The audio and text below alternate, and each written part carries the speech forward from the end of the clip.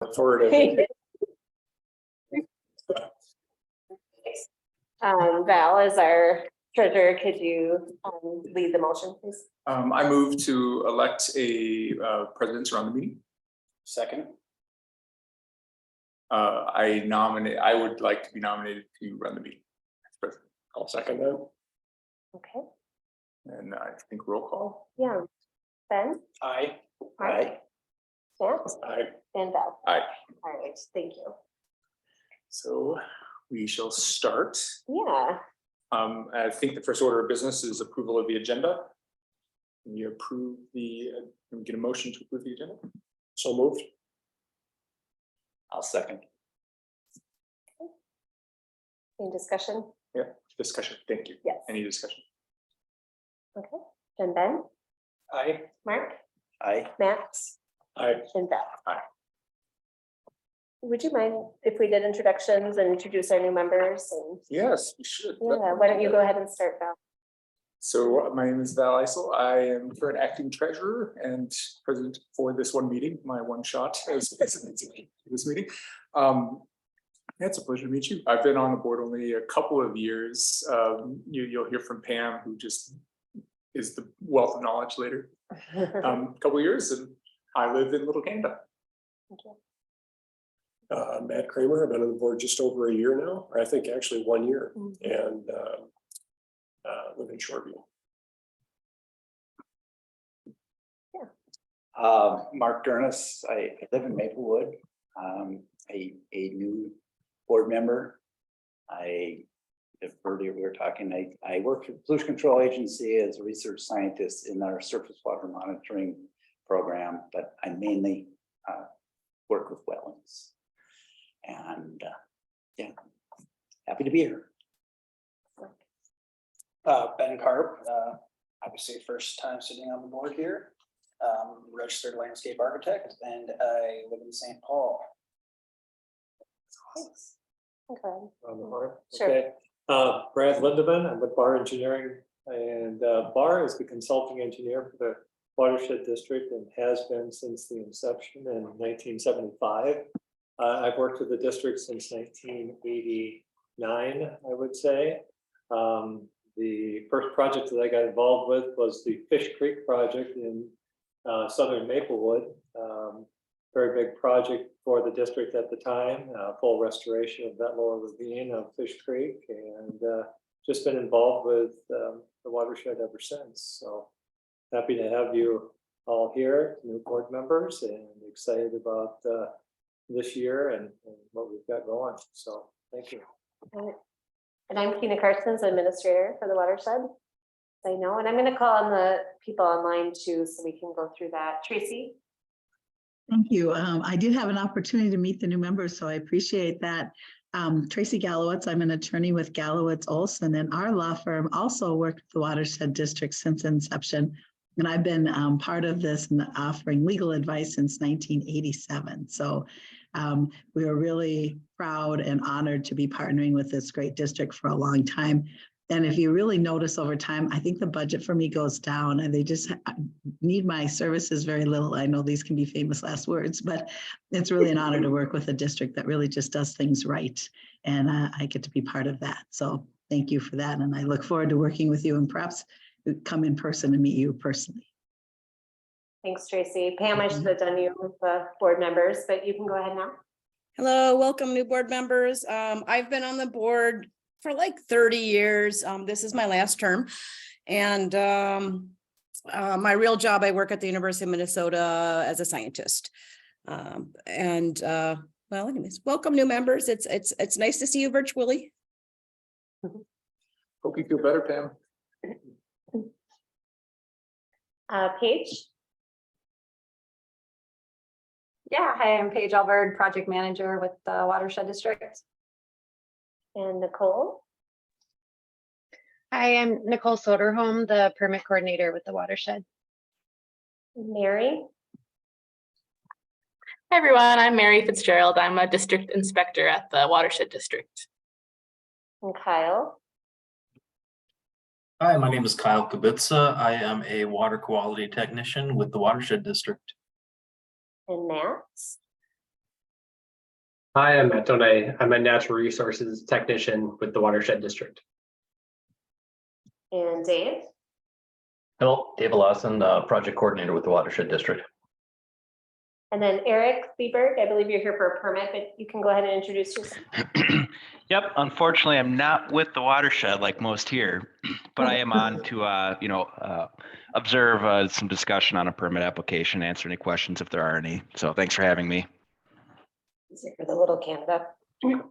Excuse me, Twin Boulevard discussion. Okay, thank you. So the next, so we've approved the agenda. So next on is the oath of office. Tracy will, I think, lead that for us tonight. Oh, gosh, and you know what? I didn't have it pulled up, so let me just see here. Do you want me? Well, I don't know if I can administer it. Well, you sure can. I can show it on. I can show it on the screen if you'd like.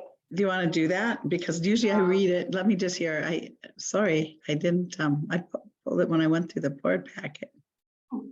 Unless you do you want to share screen on it, or tell me what's, because otherwise I'm pulling it up here. Well, if you've got it, we'll see who gets to it first. Yeah. So we try to do this annually. It is just a requirement of being a board member that you take an oath of office. And, you know, there's some bonds that need to be required. And I'll talk to Tina about that. Just make sure that's in place. So what I would like, I'm not seeing you now. I've got the oath of office up. Okay. So if you, where you are, where you're sitting, and Pam too, if you wouldn't mind raising your hand. And what I want is just simply to say, I do when I'm done. Do you solemnly swear to support the Constitution of the United States, the Constitution of the State of Minnesota, and that you'll faithfully, justly, and impartially discharge the duties of the office of manager of the Ramsey-Washington Metro Watershed District in Ramsey and Washington counties, Minnesota, to the best of your judgment and ability? I do. I do. Great, thank you. They could be there for you to sign then as well, and we'd like you to, you know, once those are signed, we'll keep those with the district, so. Yep, I have them here, so I'll have everybody sign. And Pam, if you want to sign yours virtually and send it to me or electronically. Yep, great, thank you, guys. Okay, next order of business, I believe, is a consent agenda. In the past, I think we've asked if we wanted anything to be removed after we, well, yeah, does anybody want anything from the consent agenda removed for discussion? No? So consent agendas get approved all at one sweep. So can I have a motion to approve the consent agenda? So moved. Second. Okay, discussion? Any discussion on what was there? Roll call. Ben? Aye. Mark? Aye. Matt? Aye. And Beth? Aye. I did want to say thank you to adding these previous permits there. That was very helpful. So I appreciate that. Okay, next up on the agenda are visitor comments. It looks like we only have Eric on, but he's here for the conversation with Little Canada. That's correct, yeah. So it doesn't look like we have anyone on unless Eric wants to say some word. Oh, he's on mute. No, he's good. Awesome. So I believe it's on to the permit program. Cool. Yeah, I can kick this off. Good evening, everyone. I wanted to get this in front of you to see if the board has any questions or concerns. We're in the review period of a wetland replacement plan for an upcoming roadway construction project in Little Canada and partially Vadnais Heights. But they're proposing to reconstruct Twin Lake Boulevard, adding storm sewer, curb and gutter, and also a pedestrian trail on the north side of Twin Lake Boulevard. Under current conditions, there's a narrow shoulder, but there's no really marked pedestrian access along that stretch. So I wanted to see if the board has thoughts, questions, concerns on the wetland replacement plan. You're likely to see this next month or at a subsequent meeting and be asked to either approve or not approve. So we'd like to take care of any concerns that are out there now. You'll see that I included findings document that was a result of my review and the review of Ben Meyer from Bowser of the wetland replacement plan. And I did meet with Bolton and Mank is the consultant that prepared the wetland replacement plan. And they indicated they'd be able to respond to those comments in the TEP findings form. So just want to open it up for discussion. This is informal, but I just wanted to get some early feedback. No board action is being requested, but you might see this next month.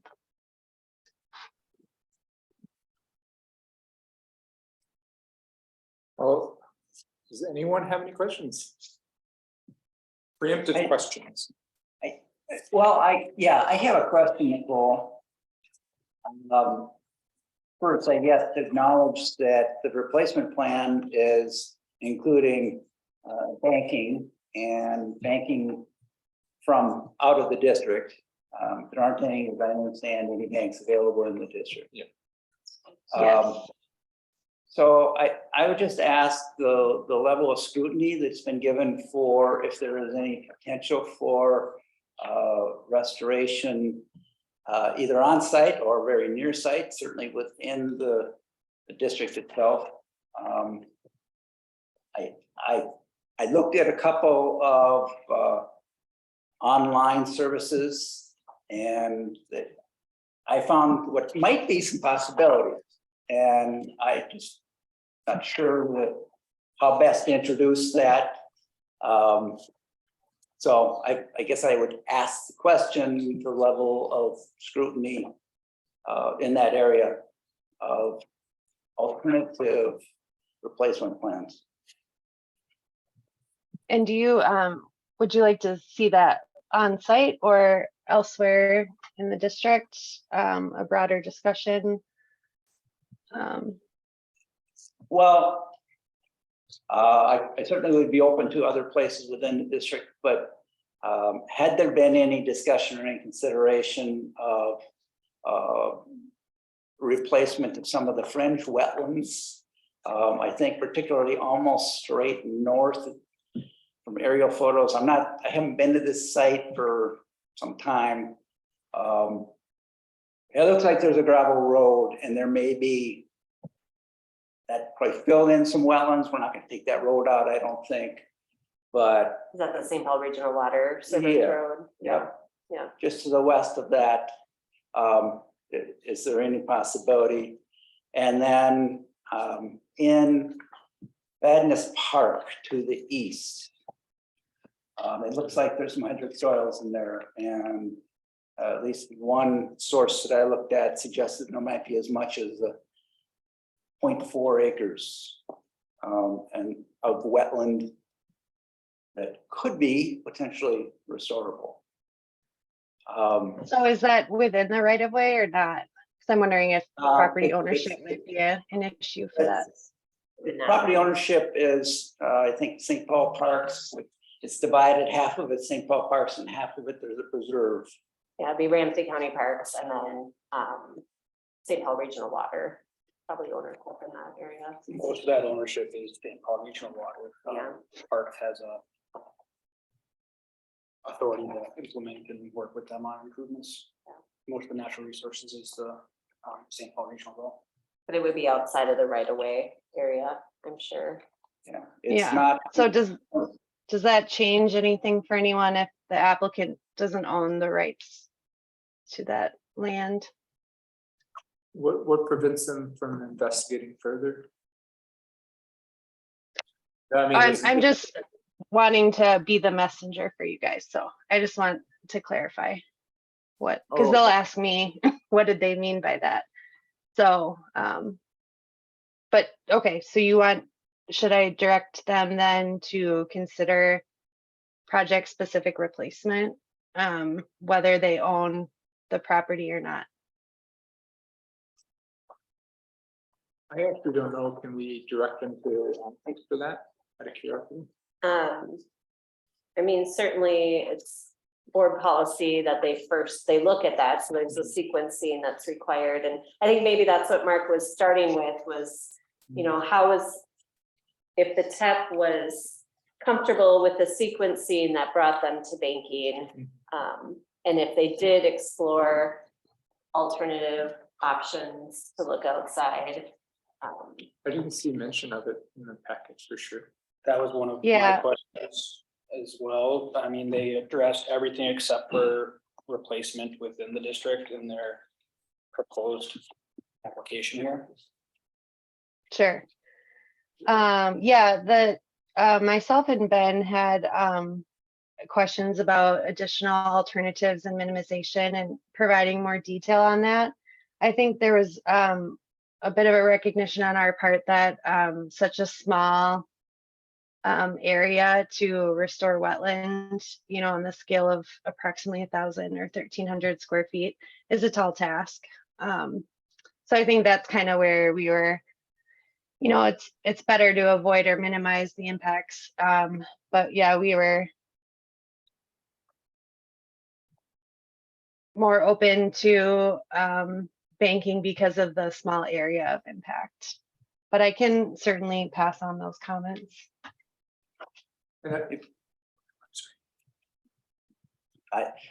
So there are a couple of online sources, Nicole, and I can provide those to you if that would be helpful. Yeah. There's a tool that the University of Minnesota Duluth that it's statewide. It's a wetland prioritization and restoration tool that they've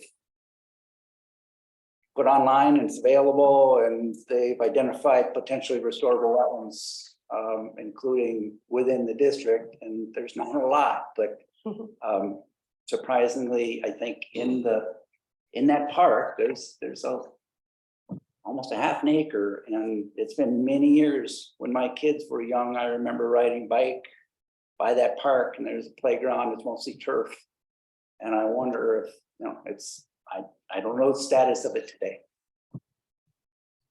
But yeah, if you want to link the specific tool or your website you're referencing, but also maybe screenshots of what locations specifically you've mentioned, the park and the St. Paul Regional Water property, and then I can forward that back, and the applicant can respond how they see fit. You know, if it's a barrier that they don't own the property, they can at least provide that information. I'll justify that. I have a question too, Nicole, if you don't mind. So I liked your technical questions in the panel form that you had. It seems like you had some really good ones. I didn't know if you got responses back from that in terms of, you know, the concerns about long-term maintenance and safety are not further explained statement. I was curious, did you give feedback, or would that come next month? Yeah, they kind of, when I met with the Bolton and Mank wetland team last week, they said, you're right, like we should have explained that further. We have that information and we can provide that to you. I just didn't get it before today. But yeah, they indicated they'd be able to respond to the comments. And then the buffer comments are not related to WACA, so they might not directly respond to those within this replacement plan process, but they would have to address it in a grading permit application. So you might see the last two comments addressed in a different manner. Okay. But they also kind of explained, for instance, the second bullet, the retaining wall and fences they did look at, and the grading and the fill needed to install fences would actually increase the wetland impact at the connection to West Vadnais on the west side, closer to Rice Street. And then relocation of the trail on the south side.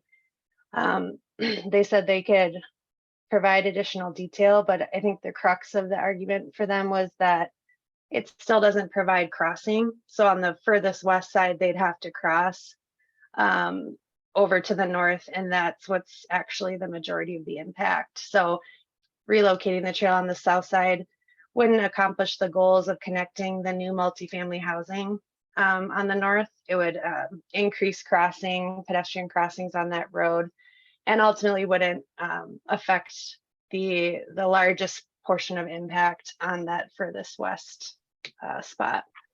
So you guys, so that's part of my running path during the summer. Yeah. And so you guys did talk about relocating it at that location. So in that scenario, would there was still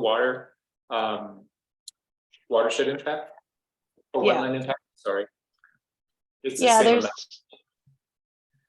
there's amount. 2 areas of impact for stormwater outfalls, so those wouldn't change.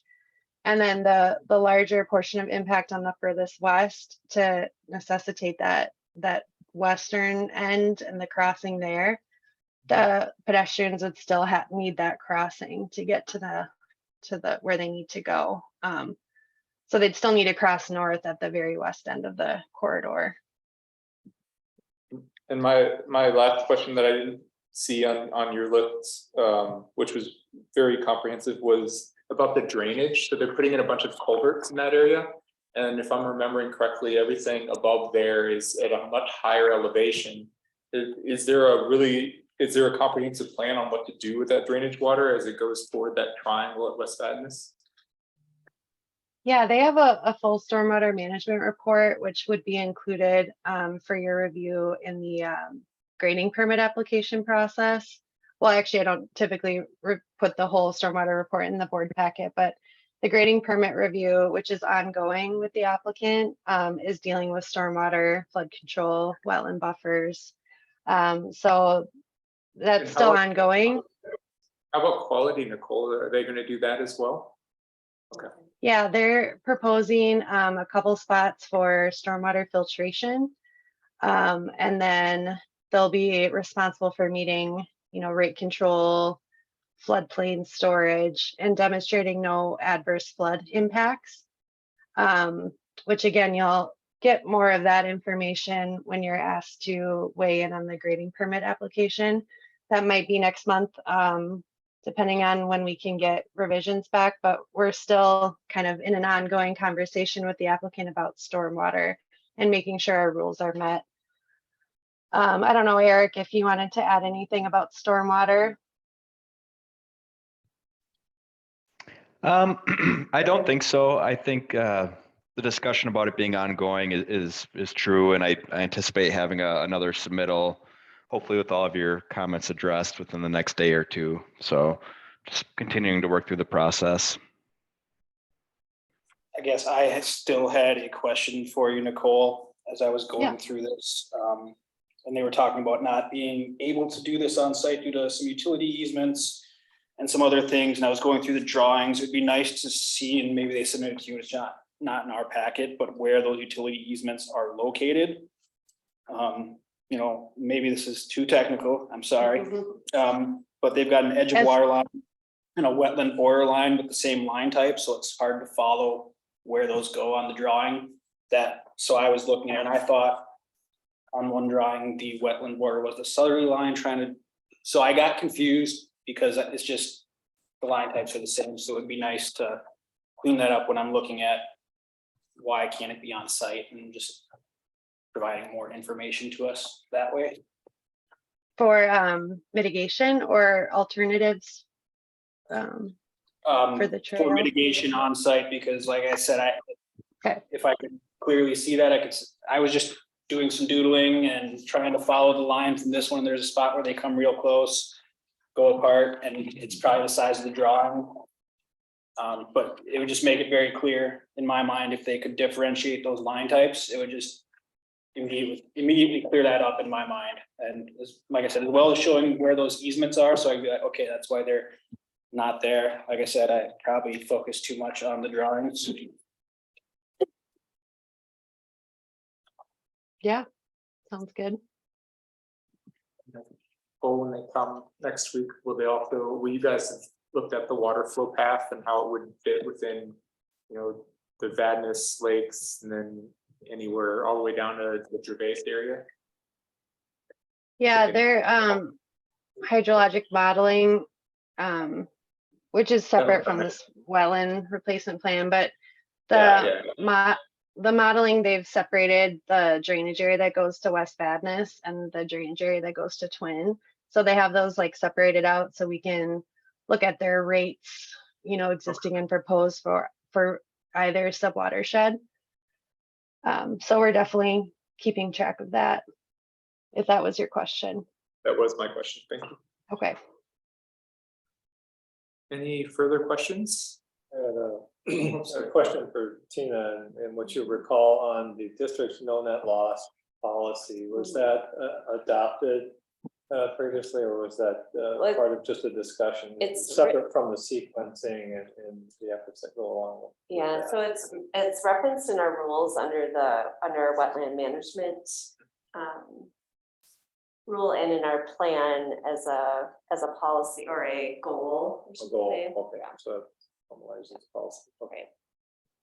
Do you mind? I feel bad I didn't call up Pam. Pam, do you have any comments? Sorry, no, I don't. It took me a minute to get back to the screen and unmute, but no, I do not. Thank you. I do know a walking path in that area would be welcomed by more than just those residents, but I don't like losing wetlands for it, and I'm very curious why we couldn't do the bridge or the walkway. Okay, so Yeah, I can get more information for you before you have to make a decision. Certainly comments tonight and from the findings will be included at a future meeting. But in the meantime, I'll report back, and Eric's here as well to talk to his team. So I would say more to come, but I appreciate you taking a look at this. So we just want to avoid any surprises or project delays. So this is helpful. So I think we moved to the enforcement action report, still in your court. Yeah, I'll just say for the new board members, me and Mary compile this report. We keep track of any construction site violations for the month. You'll see there was one this month. It's generally slower in the winter. But Mary's still out doing, under frozen conditions, driving by construction sites. And then during thaw events or during the more active construction season, doing full erosion and sediment control inspection. So this is the point of the board packet where you would see, were there any violations, any meetings that her or I attended related to permit or regulatory role.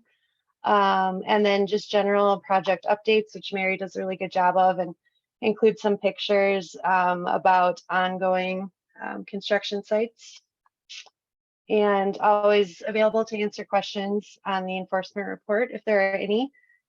I'll also list here if we approved any single lot residential permits as the board approved, staff doing the review and approval for those, provided that they don't request a variance. So some really small residential projects you might not see, or you might not actually be asked to approve, because staff have done that to speed up the process for our residents, and any permits closed during the month. If you'd like to see anything added, or if there's any information that you would like added or changed, or something you really don't care about and don't want to see anymore, please let me know. Any comments? I said, go ahead.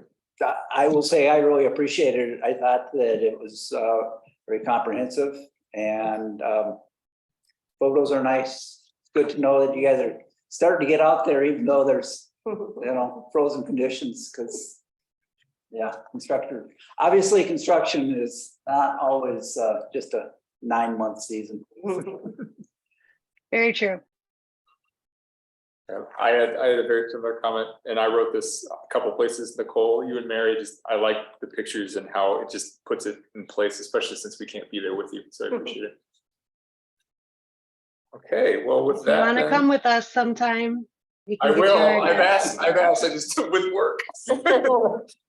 I guess we're moving then to the stewardship grant program, which goes to Paige.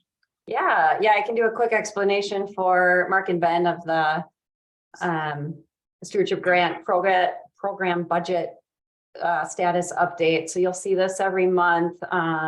You saw one permit go through on the consent agenda. Most of the time, those projects are on the consent agenda unless there's something unique about them. Then we'll pull them off, or you can always, pull them off for discussion too. But typically what you'll see on this budget status update is the amount of funds that are allocated, so that I can keep track and you can see where we're at budget wise for the year. Not all of these funds will necessarily be paid out in 23 because the grants are good for a year. So there is some carryover each year, but this just helps keep track of where we are. So I have the breakdown of categories for homeowner projects versus larger commercial, school, government type projects underneath with the percentage of cost share that they're eligible for, and then dollar amount maximums. And sometimes in the past we've had people come forward asking for additional funds or additional percentages, so that's where you might see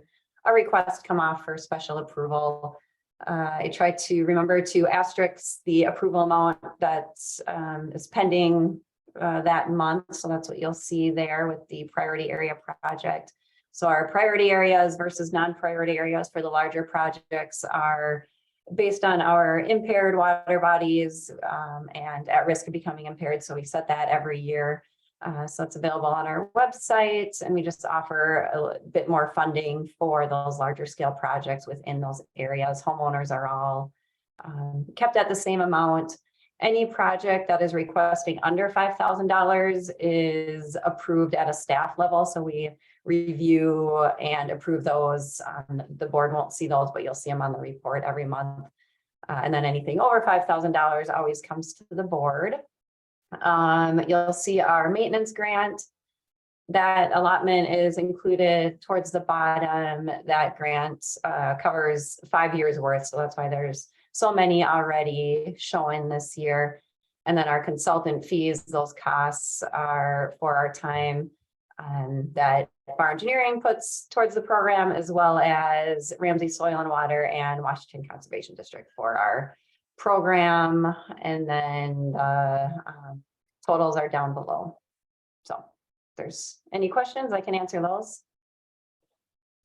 Any questions? Quick question, the $5,000 threshold is for projects that may have multiple phases. Is it sort of packaged within phases, or is it comprehensive?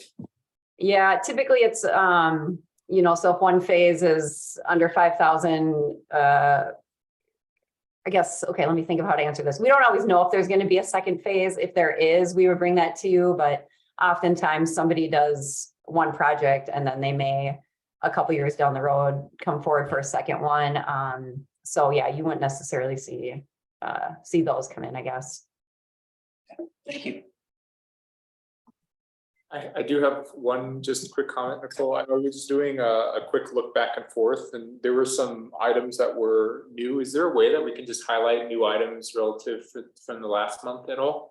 I was looking at February's and like the rain garden, hard surface drainage. It's not a large amount. Y'all approved it. I think that's great. It's just highlighting, oh, that's a new fund allocated would be helpful.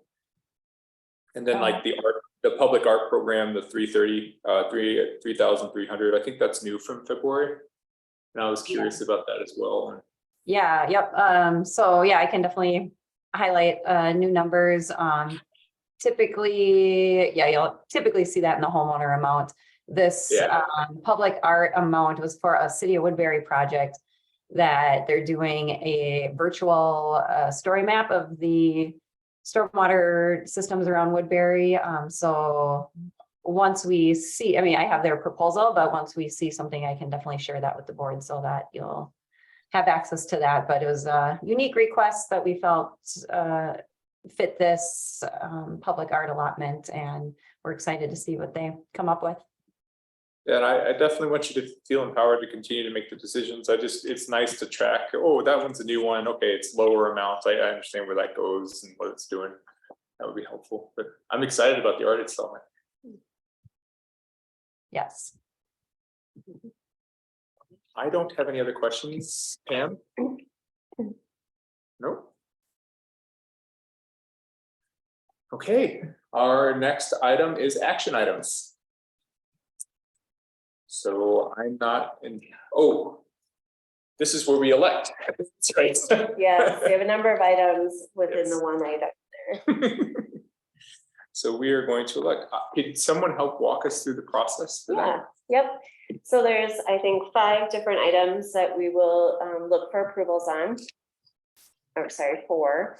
The first one will be election of officers, and as is laid out in the packet, there's president, vice president, treasurer, and secretary. And so we can take them one at a time. We'll start with president and work our way down, and we would take a nomination, and it can also be a self-nomination. I'll start out. I'm happy to nominate Val to be our president.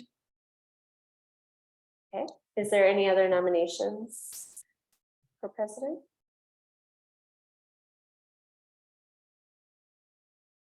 Okay, then I would take, I think, a second, right? I for would that second. nomination? Oh, wait, I can't vote at all. So we need a, I think. Well, that's Oh, right. yeah. So, yeah. Sorry about Nominate. that. So technically we close the floor for nominations, and then there'll be a motion to to appoint Val as president. Point of order, the reason that Pam can't make the nomination is she's attending online? Yes, yes. So yes, we would need a nomination. And I will nominate Val. So you bring a motion to appoint Val as president, and then we just need a second. I would second that motion. Wait, so when it said, so, Oh, Did you?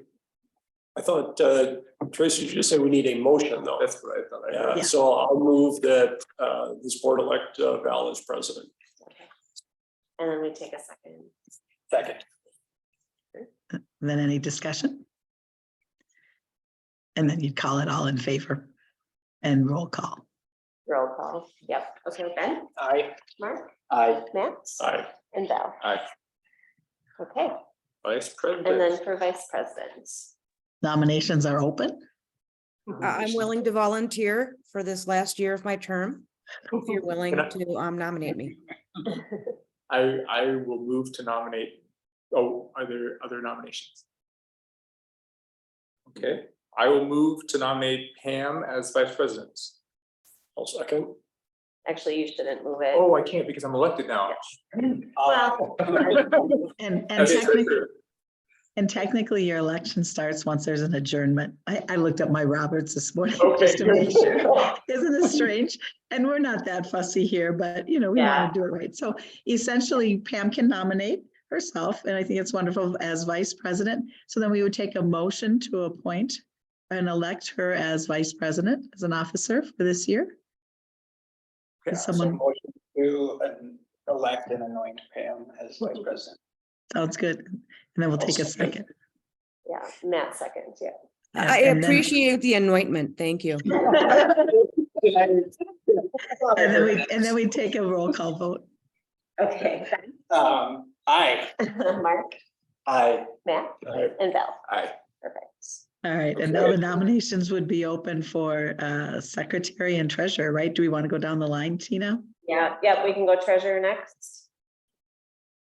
I'm happy to do either one, Okay, but I have no, I'll self-nominate myself as treasurer. perfect.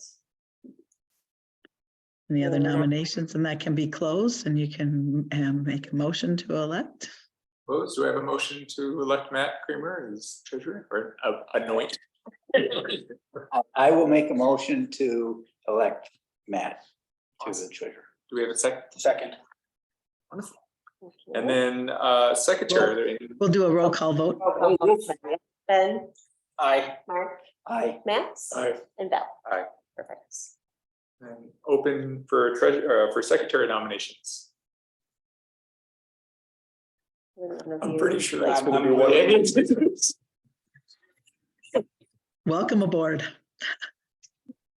Could I have a motion to appoint Ben? I'll move that Ben be appointed secretary. Do I have a second? I will second that motion. Okay, roll call. Ben, Aye. I, Matt, Aye. and Val. Aye. Perfect. Thank you. Second order of business is liaisons to the CAC and Minnesota watersheds. I didn't realize that this was something that needed to be voted on. Yes, it doesn't necessarily, but I thought it is nice that the board kind of annoyance actually is a good word for this. You know, a member to be the liaison, kind of giving them permission to be, you know, attending meetings, since there's per diems that are allowed under these meetings as well. So I just thought it'd be nice to have it on here as a motion. The CAC may be a little better because then we can have a good back and forth between the CAC liaison and the CAC and the board in between. The Minnesota watersheds and metro watersheds, I don't think is as important. And when we do need to have delegates selected, we do that on an individual basis for each event that's required for that. So, but if somebody is really interested in being like, I'm going to go to the metro watershed meetings, they're held quarterly, there's 4 of them a year, then they could be considered the liaison and bring information back to the board. Well, so why don't we do the CAC? That one's a Yeah. very important organization. Do we have anyone who would be willing to be a liaison to the CAC? I'm trying my best not to look at Mark. I know Mark's got a lot of experience with them. I personally would really enjoy seeing what they do. But if Mark is interested in carrying on his work there, I wouldn't step on his toes. I would be willing to yield to you certainly. And I could be an alternate if you can't make it. I think that's a good way to do it. I didn't include in my introduction that I volunteered with the district for over 30 years, including the inception of the CAC, and before that, the Natural Resource Board, and way back to the Phelan visioning of 50 years. So I have been a CAC member. And this doesn't, I mean, anybody can attend Yeah, and be part of the CAC meetings, but And do you feel like we need a motion then for that, or is that just I good? think it'd be good just to Good to move. Okay. move. Yeah. Do we have a motion to nominate Ben as the liaison to CAC? I will do so. So I'll move that Ben be assigned as the liaison to the CAC. How about a second? I will second that. Okay, roll call, please. Ben, Aye. Mark, Aye. Matt, Aye. and Val. Next, consulting staff selection. Sometimes there are presentations associated with this, but we are going to be, I believe there's 3 nominations. Is there a better way to do this? Yeah, these are our current appointments to the 3 consulting staff selections that are required to be acted on each year.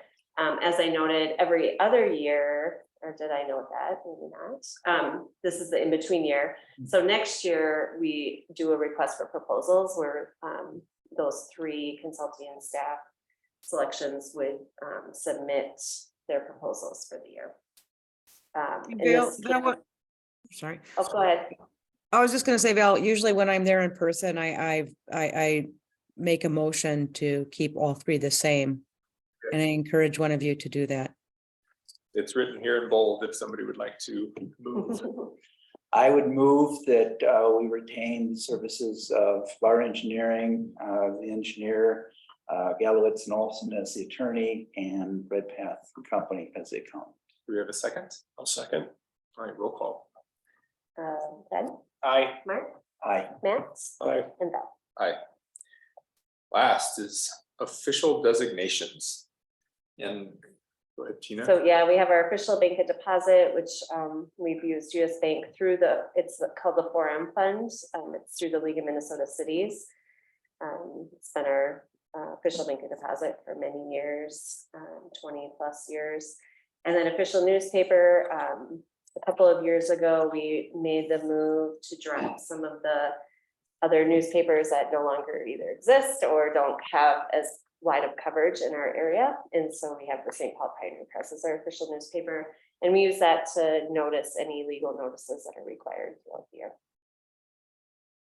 I will move to approve the staff recommendation to approve the 4M Fund with League of Minnesota Cities, US Bank as the official bank of deposit, and St. Paul Pioneer Press as the official newspaper for 2023. Do we have a second? I will second that. Wonderful. So moved. Discussion. Roll call. Oh, discussion. Yeah. Roll call. Ben, Aye. Mark, Aye. Matt, Aye. and Val. Aye. Thank you. Hey, Okay. I believe that's it. Mhm. To you, Tracy, the attorney's report. I have really nothing to report. I had the opportunity to meet the new members and welcome aboard. I really look forward to your being part of the organization. So we had actually a quick month when we're meeting on the 1st. So I really have nothing other than the annual meeting issues and the oath of office. Otherwise, we had a quiet month.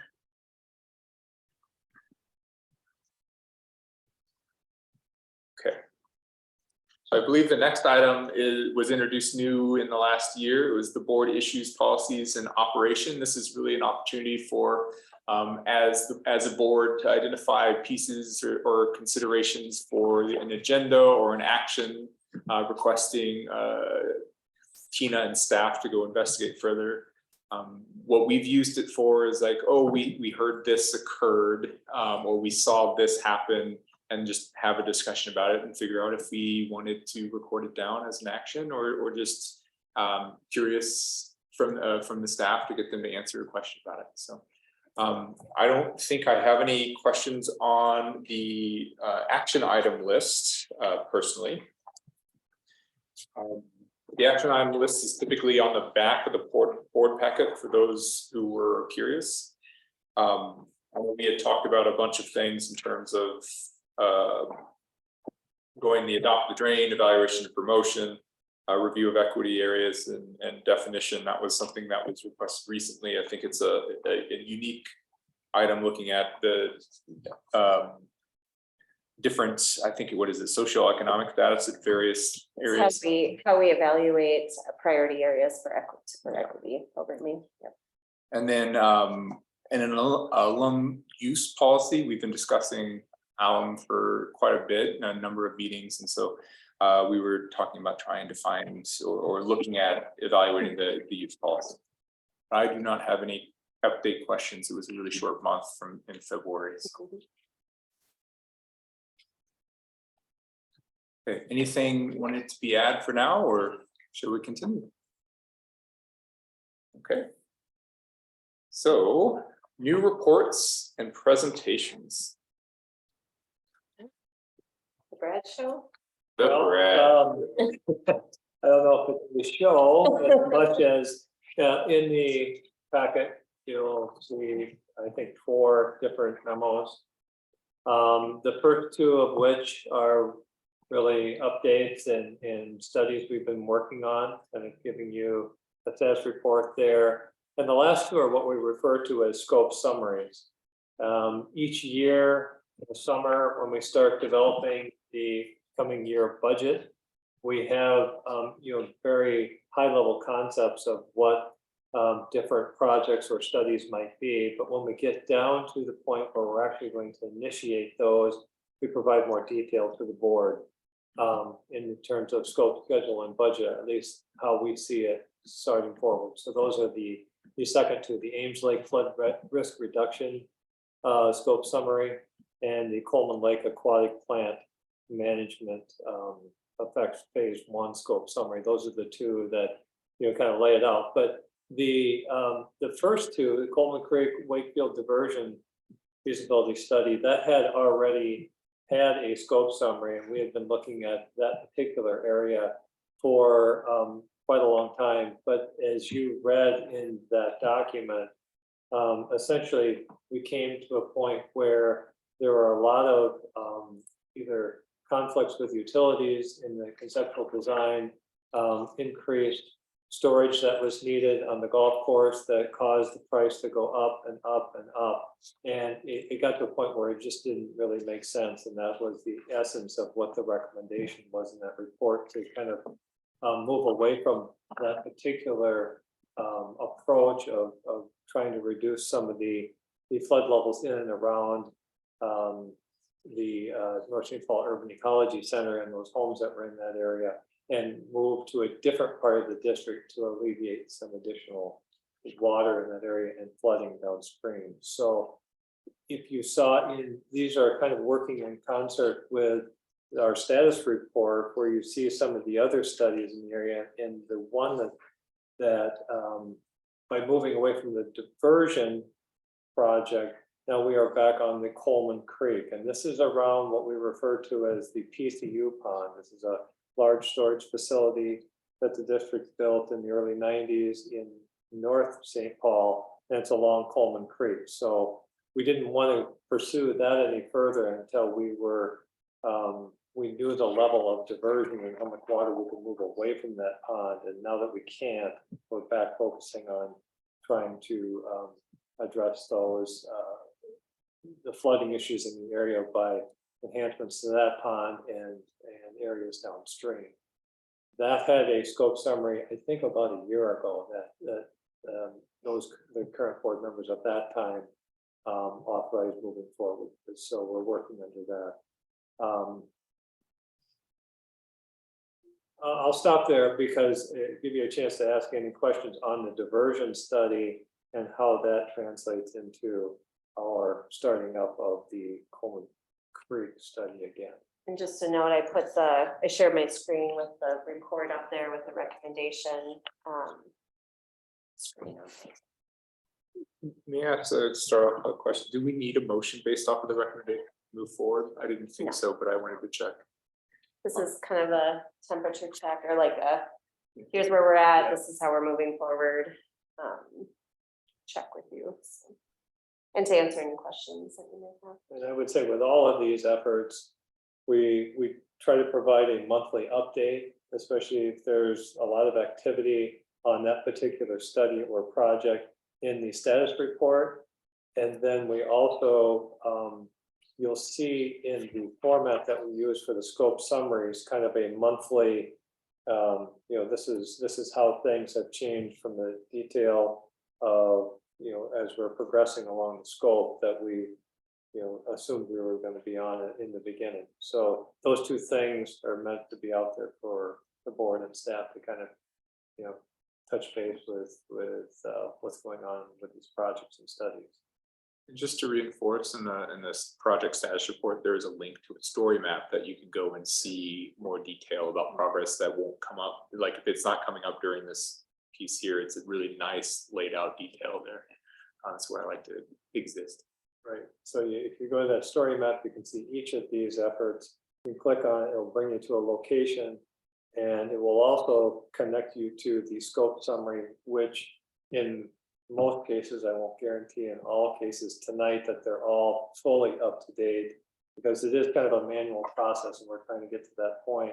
The one thing we didn't get to, and Val, I think you caught it, the actual schedule graphic that's tied with each of these still needs to be updated, but we hope to have all that updated by next month. It is kind of a tedious manual effort, and we honestly just didn't get to it, but I think it is a nice tool for each of you to refer to kind of see where things are at on each of these projects. Paige has her hand up.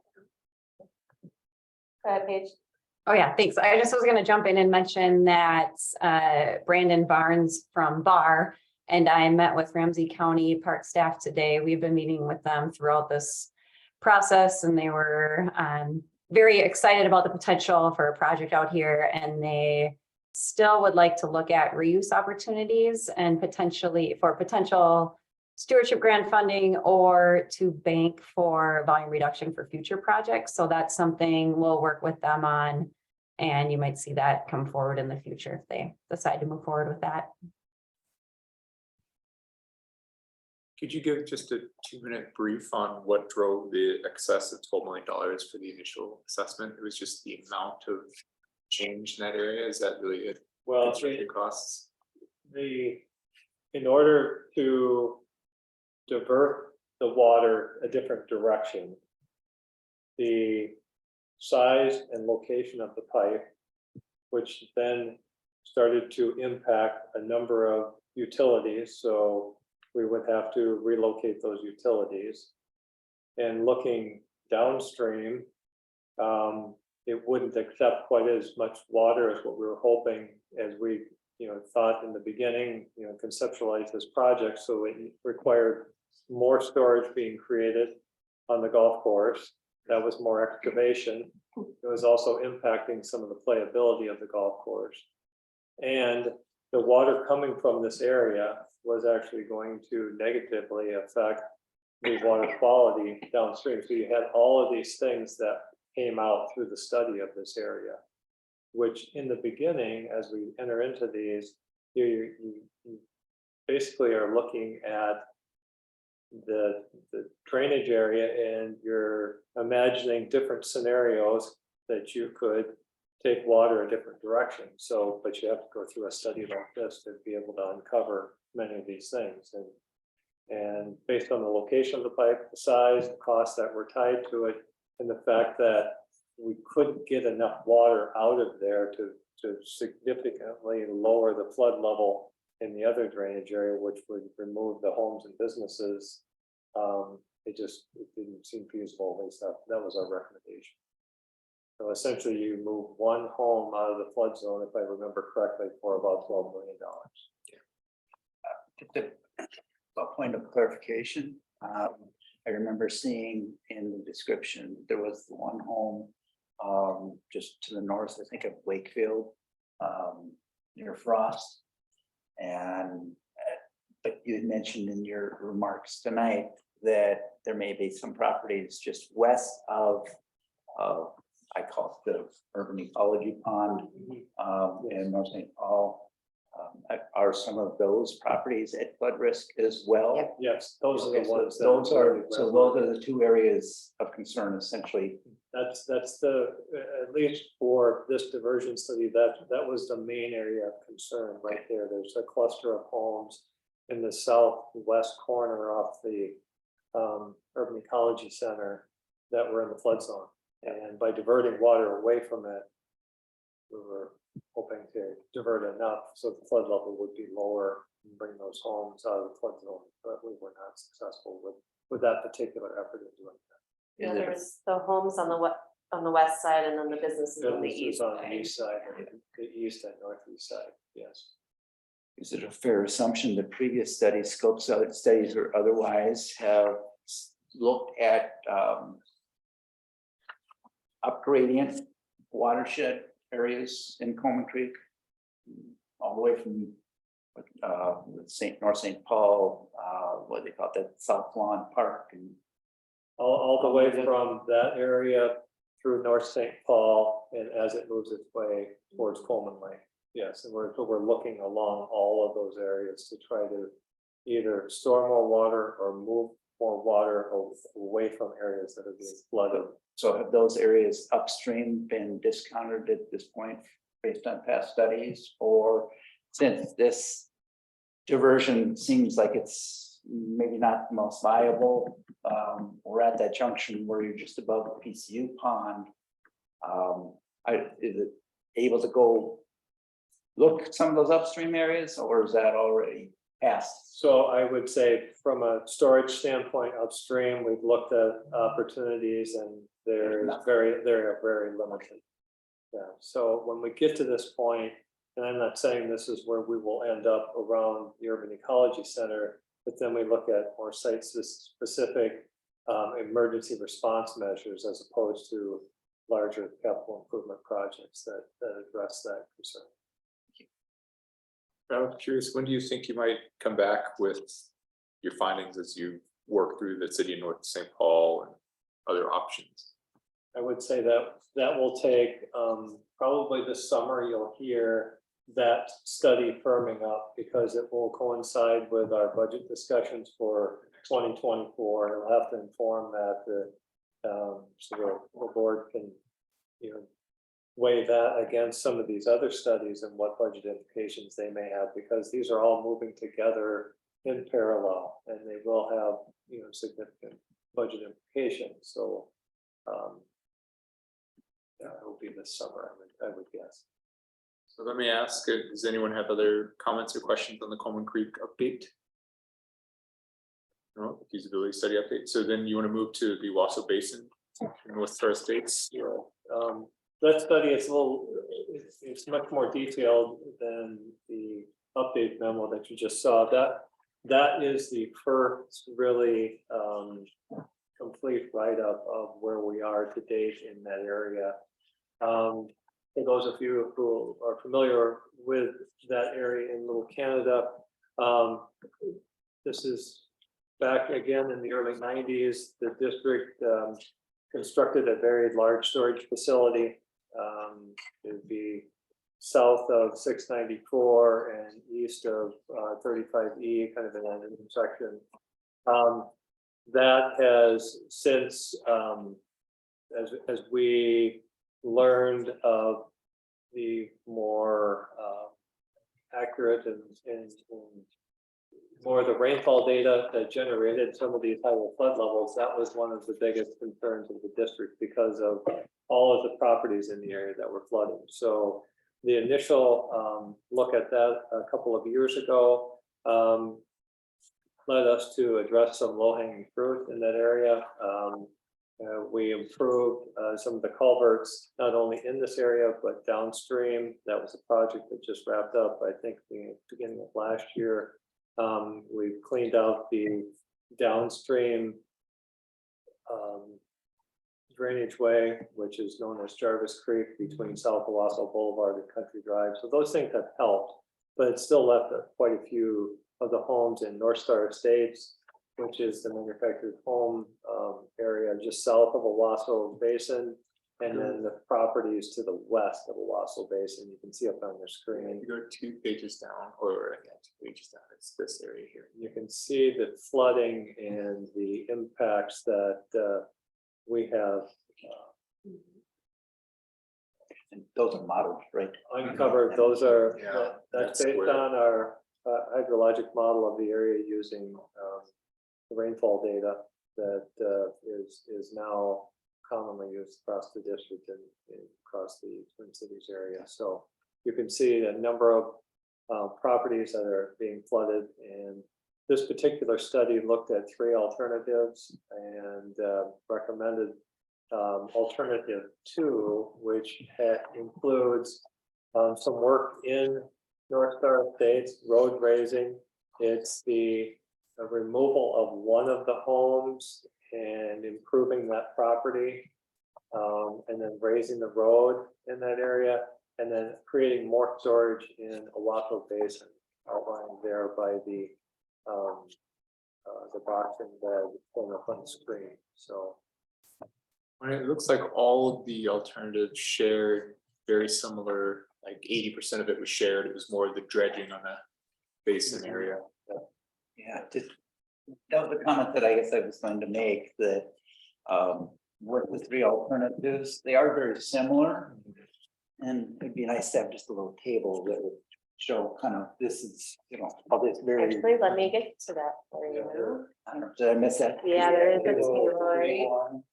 Okay, Just down, There. kind of breaks it down. So, all right. And the cost per acre. so here's the table I think, Mark, that you're referring to. It shows, again, at this level of detail, it's hard to get an exact construction cost. So this is basically the range that we would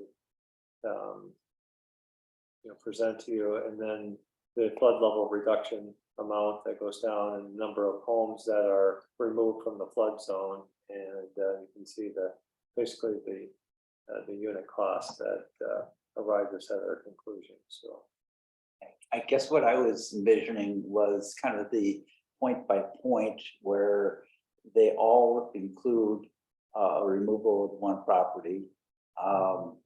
Some relief for businesses. I think the amount of relief varied, and the amount of excavation, additional storage in Owasso Basin, there was some varying. So Yeah, that that's was this one presented right here? here. Okay, maybe I just didn't Yeah, understand so the this is table. the additional Okay. storage that would be provided. They all provide, it looks like, the same benefit Yeah, for homes and very. businesses. same, All right, similar. thank you. What I had internalized was he was just looking for, sometimes it's hard to mentally do a compare and contrast on the different alternatives. That's how I thought I was hearing it. So I just went through and marked each of the bullets that they're the same, but I guess he's asking for kind of a nice way to just put the alternatives together and kind of show what those deltas are. I was thinking of comparing those bullets. Is that what you're thinking? Yeah. That's how I internalized it. I mean, that would definitely make it helpful. I can say that the live storage I'm used to, this is what I kind of had thought maybe for the future and another set of alternatives, if there's so much similarity, it would help. You could say like, oh, these 6 bullets are common, and then here's the big delta. Because that's really that one column is that dredge delta. And so I wanted to ask for a couple of things. There was a note on there's one business that's currently listed for sale. I looked up at the FEMA spreadsheet. It's under a special flood hazard area. Do we have any responsibility notifying, talking to that property at all? Or I just wanted to understand our responsibility and role if it's for sale and it's possibly under that mark. If they're listed under FEMA, then when they go to sell, it'll have to be, Tracy can maybe get all the Yeah, language right, but it has to Please, There's a disclosure. be disclosure, thank you. oh, that's what it Be is. disclosure. Yeah, with every closing, there's a floodplain search that needs to be done, and then they would be notified. I mean, unfortunately, I think if we notify them of some issue and then it loses value, we could be subject to some liability. So, but there is with every transaction, as part of the closing statement, they need to have a floodplain examination. So, but under the FEMA standards. And there was a bullet, and I apologize, I can ask questions, but I should open it up. Do y'all have anything quick? There was a bullet that said model considerations did not account for possible changes to upstream flow rates. Could you just help explain that? That's assuming the current upstream Yes. situation, nothing's There's nothing changed upstream with what's passing through 694 and path discussions and the previous board had asked FAR to look at different scenarios of moving more water downstream and the impacts of that. And so what this is basically saying is we're living with the current configuration upstream for this type of situation. How long does that assumption holds if as we progress through the year? I mean, right now, I don't think we have a lot of changes happening up in the north. Is that, am I remembering that correctly? So it would just depend if we approve something new in the northern area. Is that what would make us have to revisit? Yes, we would have to approve, basically more flow coming through or some type of change in the drainage area in the direction that it flows, which would come before the board. If it were a district project, it would be part of the discussions or continuance of the discussions that we started probably 3 years ago.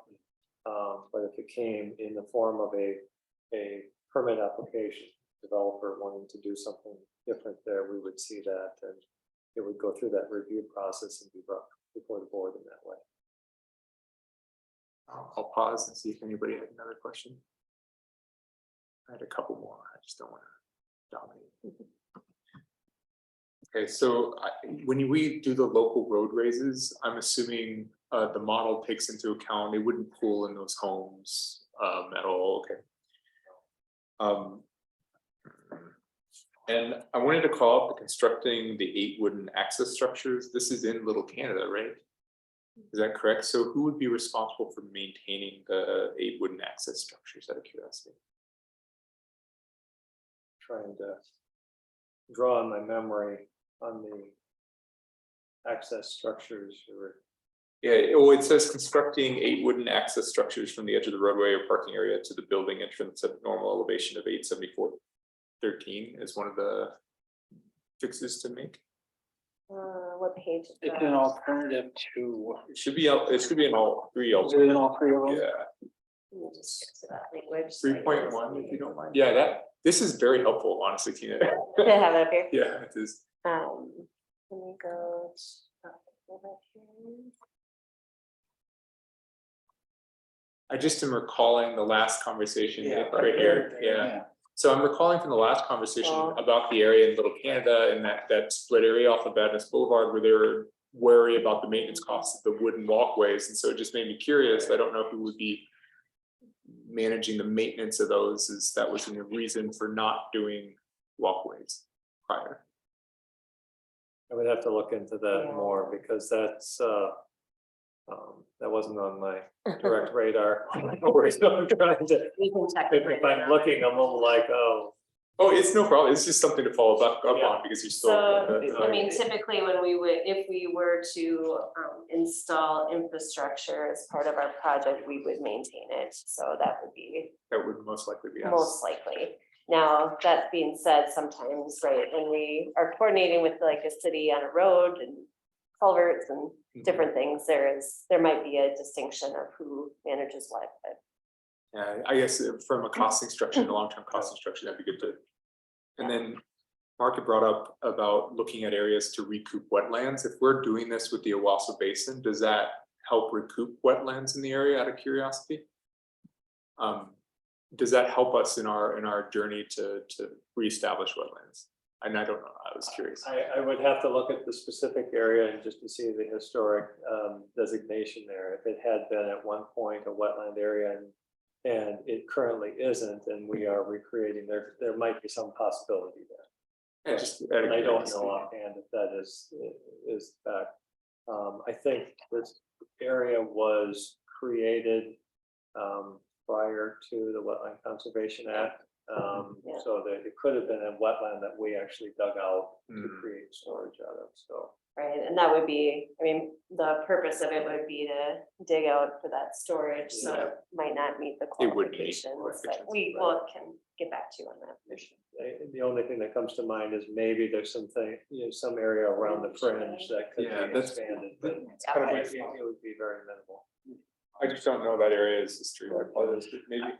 Yeah, I don't know how far down I want to go this. I've looked at that area just from a professional judgment.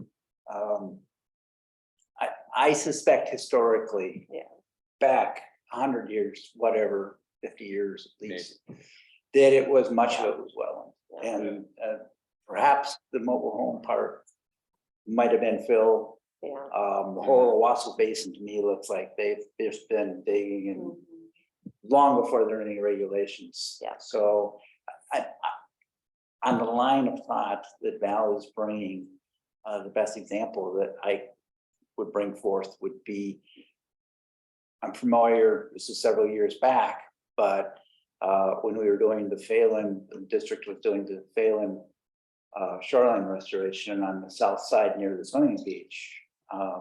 I remember talking with Bill Bartoge, and he had said, it was just amazing when we got the excavator in and started pulling essentially fill, and they got to the organic soils of the historic organic soils of the wetland, and it was like these wetland soils were still there. And is that a potential in this area? I don't know. I'm not going to say that is. Well, I do recall from the original construction, because I was a part of that project way back when. I recall the soil boring showing, quite a depth of peat in the whole area, not only in the basin itself, but as you were closer to North Star Estates, we were finding a layer of fly ash that was put on top of the peat to try to stabilize it so those homes could be put on there. So it would indicate that, it could be those soils that would suggest that that's been a wetland for a long time. But the excavation would be further to the north, would it not? Yes. Yeah. I just figured I wanted to ask on that. Good. And one of my experiences at work is sometimes it's easier to do larger investments up front because they double in cost if we do them later. In the situation, the difference between 2 and 3, is that something y'all had considered? I assume if we needed to do more in the Walker Basin, it wouldn't be like an exponential increase in cost, would be my assumption. I think it would just be incremental as we, the area we were looking at would be another area that we could look at in the future if we, as we continue to see more and more rainfall and we need more storage. Of course, that is the demolition landfill that Travel and Companies has operated there for many, many years. So at some point in time, if they cease operations, it might be an opportunity to expand into that whole area. But at this point, we're focused on areas that were really under city ownership. Feeling like that was the most cost-effective approach for what we're trying to achieve. So there's three alternatives provided. Do we need a motion to approve moving forward with this recommendation, or is it just acknowledgement that yes? So this is kind of the, the summary of the work that's been done today. Within the next month or two, you will see a more formalized scope summary. And that will be kind of our check-in point. Here's how we're going to take this information and move forward to develop the next step in this process. That will, again, as the previous one that we talked about, that will start to inform our budgeting for 2024 and possibly 2025, depending on, how we want to go forward. Any other comments on the Owasso Basin and Star State flood risk update? I guess I just had a question on alternative 3. So was that big jump in cost, assuming a purchase of land from? Was that a large land cost in piece of there, as that? well as, as you encroach into, where that business is operating. There's assumed rubble and things like that that would have to be, disposed of at a higher cost. Awesome. Any other further questions or comments? Can we- Joe? Did one very small thing, the earlier conversation about the 8 wooden access structures that appears in all 3 alternatives. If you're gonna look at that, I don't know if there's any.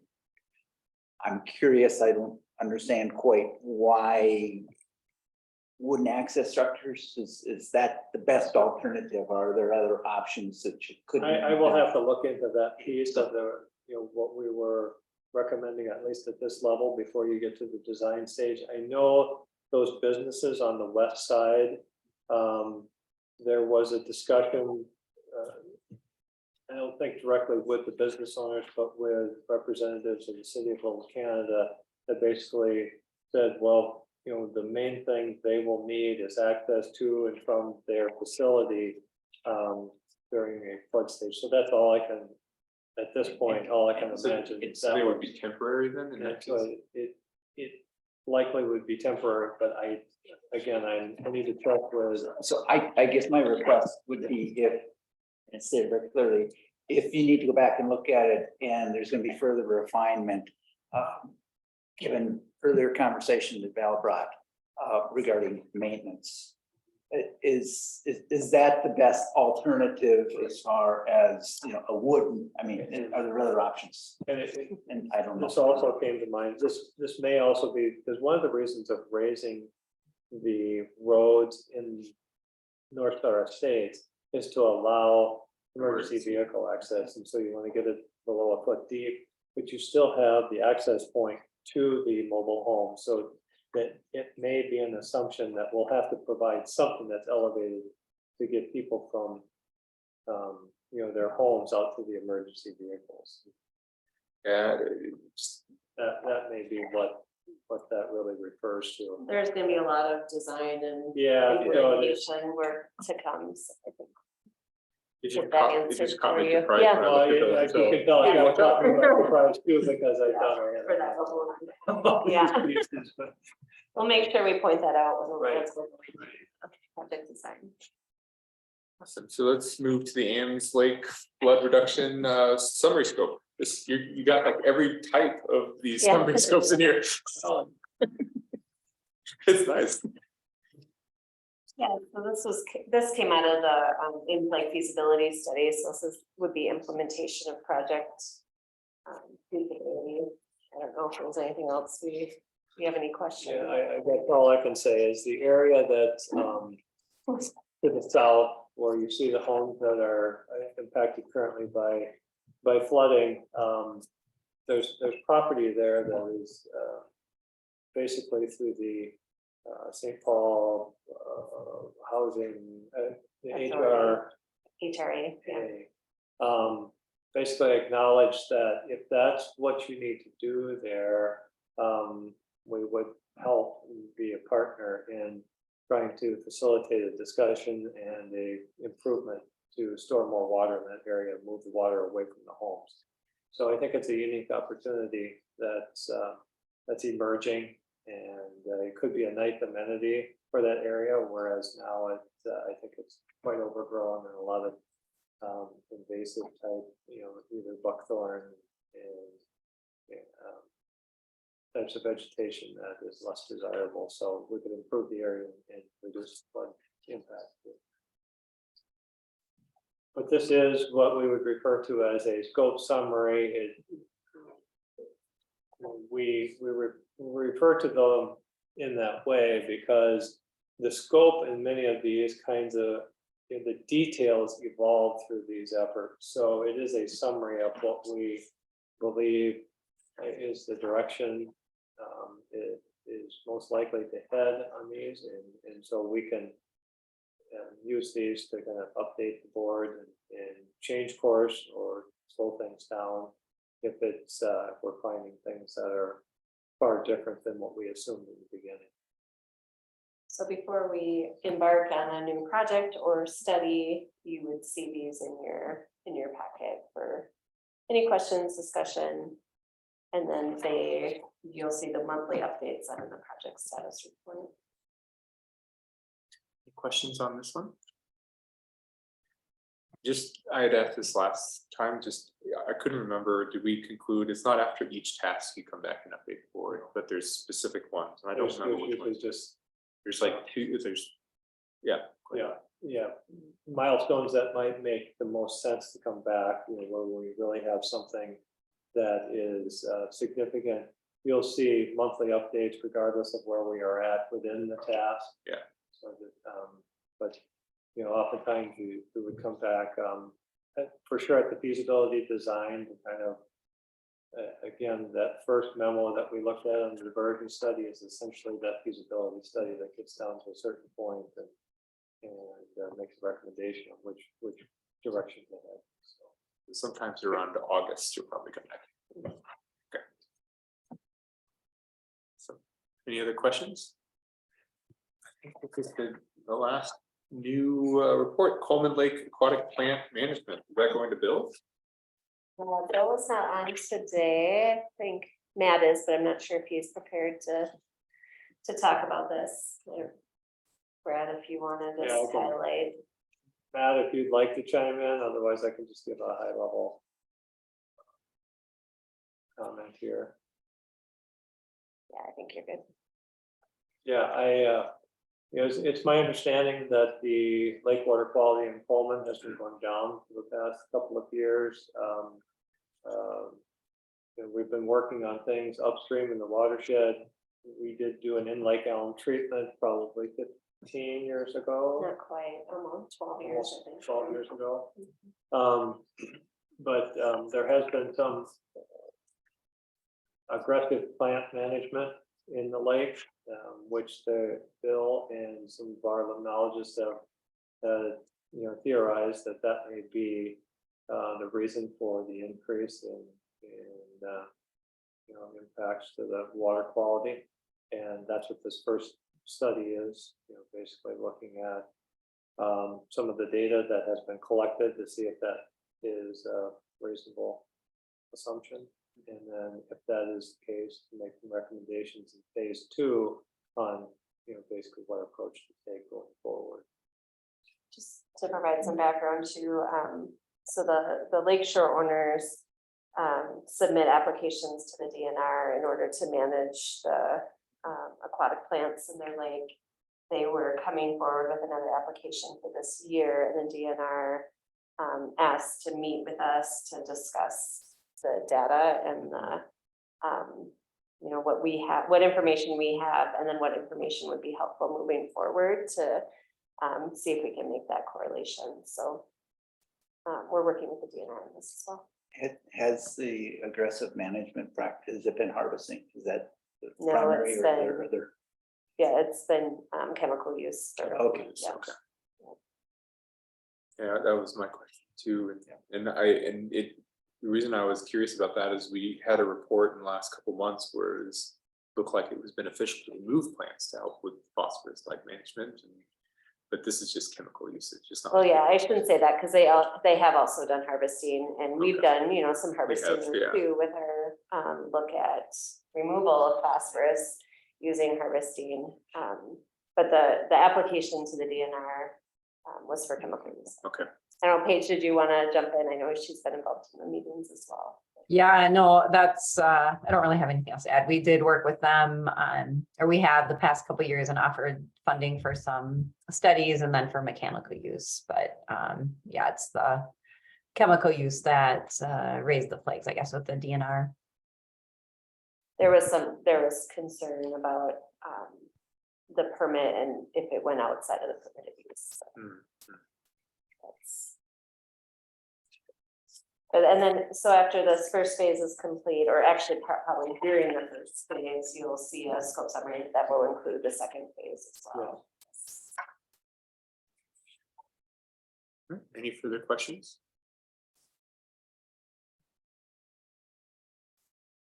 Okay. And Coleman it's not impaired, right? It is impaired. It is impaired. Yes, we have a TMDL. That's right.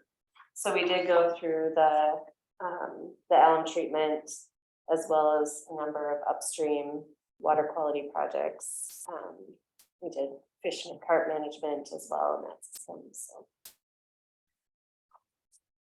So this actually is interesting timing too, because when we saw the draft list for the next impairment, impaired waters list, which will be come out in 2024, it was recommended that Coleman be delisted.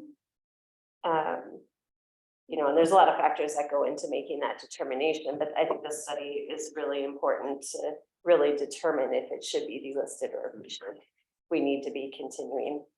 We had significant increase in water quality for a number of years. It's just been the last couple of years that we've seen that decline. So more to come. You'll hear a lot more on that. Any further questions on the Coleman Lake aquatic plant management efforts? No? I'll hand it to you, Tina, for administrative report. Yeah, there's not a lot to report on here. As I mentioned in there, it was a short month and then I spent about half of it sick. So it was, but I do always include these meetings attended and upcoming dates for you for your information as well. Those upcoming meetings and dates are really for your benefit. So you can just kind of keep track of where we're at with board, CAC, Metro Watershed meetings as well. So if you have any questions about any of the meetings attended, I'm happy to answer them. Otherwise, it's just for your information. See what I've been up to for the month. A few things just for the new members to the MAWA is the Minnesota Association of Watershed Administrators. So that's a statewide organization for watershed administrators that I sit on the executive committee for. And Water Resource Conference is the big conference, Minnesota statewide conference held in October. And I've been on the planning committee for that for, well, even before I started the watershed, actually, when I was at the city of Savage, so 22 years or so.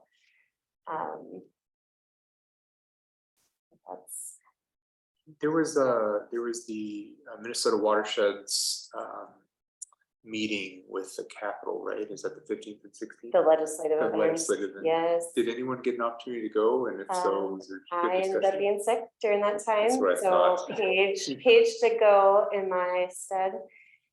She attended the administrators meeting for me, and then the legislative update event, I believe. Yeah, Paige, where they just renamed it. yeah. Yes, and the meeting to officially change the name to Minnesota Watersheds. So. Anything interesting, Paige? Yeah, you know, I mean, the name change was the big thing, but it was interesting for me. There's a lot of districts there from outside of the metro, so there was a lot of drainage talk, which we don't, you know, they have a lot of specific drainage ditches they deal with, so that was interesting to hear about. But the DNR and MPCA had representatives there talking about and Bowser talking about Clean Water Fund grants and potential flood risk reduction grants. What else? Yeah, a lot of kind of some smaller committee updates for well, I don't know how we're going to stop calling it MOD, but what the new name for MOD is now working on. You should receive, and I'll check in, make sure that they have your updated information, but you should be getting updates from them during the legislative session. So they typically come out weekly when it's really ramping up. So if you're not getting those, let me know. You can also access all that information on the website. They did put that behind the members only, so you will have to sign in to get that information. But I know there's been a lot of work going on into ability for self-applicators. There's a big push for allowing the greater Minnesota outstate watersheds to be able to levy more than if they were capped at levying $250,000 a year for their administrative funds. And there's been, I mean, it's been decades of trying to get that increased for them. And it looks like there's actually some movement in that area. That doesn't apply to metro watersheds. We have a different tax levy equation. So it's really it'd be really beneficial for the watersheds that don't have that ability to levy as much as we do to have an increase. They're looking at increasing to 500,000. They have other ways of levying and bonding for projects, but for the administrative funds. I think those are the two biggest items. I don't think there was anything that they were concerned about as far as watching for negative impacts of the legislative session this year. So, or at least at this point in time. Just a quick Yeah. cycle back. You mentioned the link. It is in the packet. Yeah. And I thought about bringing, yeah, it's right there, Yeah. you know, bringing that up. Then I thought, well, is there something that needs to be done sort of on the front end so that I'd be able to register? Can you just go ahead? It's a good question. I'm going to make sure that they have your updated information. That's my responsibility to get to them. So I'll make sure I get that to them. And then you should be able to, I'm guessing they do put it in and then you'll have access to sign in after that. So I'll let you know when I have that completed as well. Cool. I was curious, and with the new board members taking photos, is that something that will come up? Yes, soon? I think Emily got in touch about either sending in if you have a photo for the website, if you have your own mugshot. Don't send me your mugshot. What's the word I'm looking for? Headshot. Headshot. You did send an email Okay. and said that you'd be doing more professional ones in July. or Yeah, so I something. think once we get into spring and summer, Yeah, we can do you all separately too, if you want your new ones done. And then we can get a group chat too. When we had it during COVID, we couldn't do the group chat. Yeah. It's kind of strange. Yes, so we will do that when we can be outside and do that and not be dark when we're here. And I had one other question on the land acquisition and Yeah. policy. As we work through what we're doing with the Oahu Basin, it seems like that might increase in priority. Sure, yeah, that makes sense for purchasing. Yeah. I don't have any other questions. Anyone else? Oh, one last thing, and Yeah. Tina and I, the administration did a phenomenal tour a couple of times, and I know how important it was to me, but I think it might be advantageous, especially as with some of these big feasibility studies coming, for us to figure something out where like all of us can go out and talk about it. Really great presentations, a lot of meaningful work. It really kind of instills why it's important what we do. So Yeah. yeah, just that's the only other one that I know you've been sick, so I didn't want to ask you before. Yes, I was telling Val, we've talked previously to this board has about doing like mini tours before board meetings of really kind of hot topic things that are happening at the moment. So we'll plan those out as the weather gets nicer. And then as Val mentioned, typically in September, I like to, right after Labor Day or shortly thereafter, plan a time where we can go around and do a bigger tour. Typically would invite the CAC for that. And this year, I think we could rent a bus and do that, so. Not have to caravan around. Thank you for the update. Any questions on as we move to, it is project and program status reports, any comment? So first comment is, so the story map that we talked about is identified here in the first link. And, there's a lot of information in there. If you haven't had a chance, to go to that while Tina's bringing it up, it looks like, but you can click on the project overview map or just scroll in. Online, can you see the map or are you still seeing the packet? Still the packet. Still the packet, yep.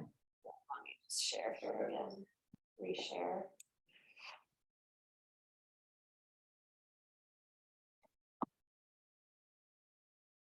All right, can you see the map now? Yep. Yes, this is the link to that story map Brad was mentioning. You click on the project overview link, Some, you can start to see a little bit more information on each of the sites, where they're located. sorry. It's hard to navigate Yeah. live.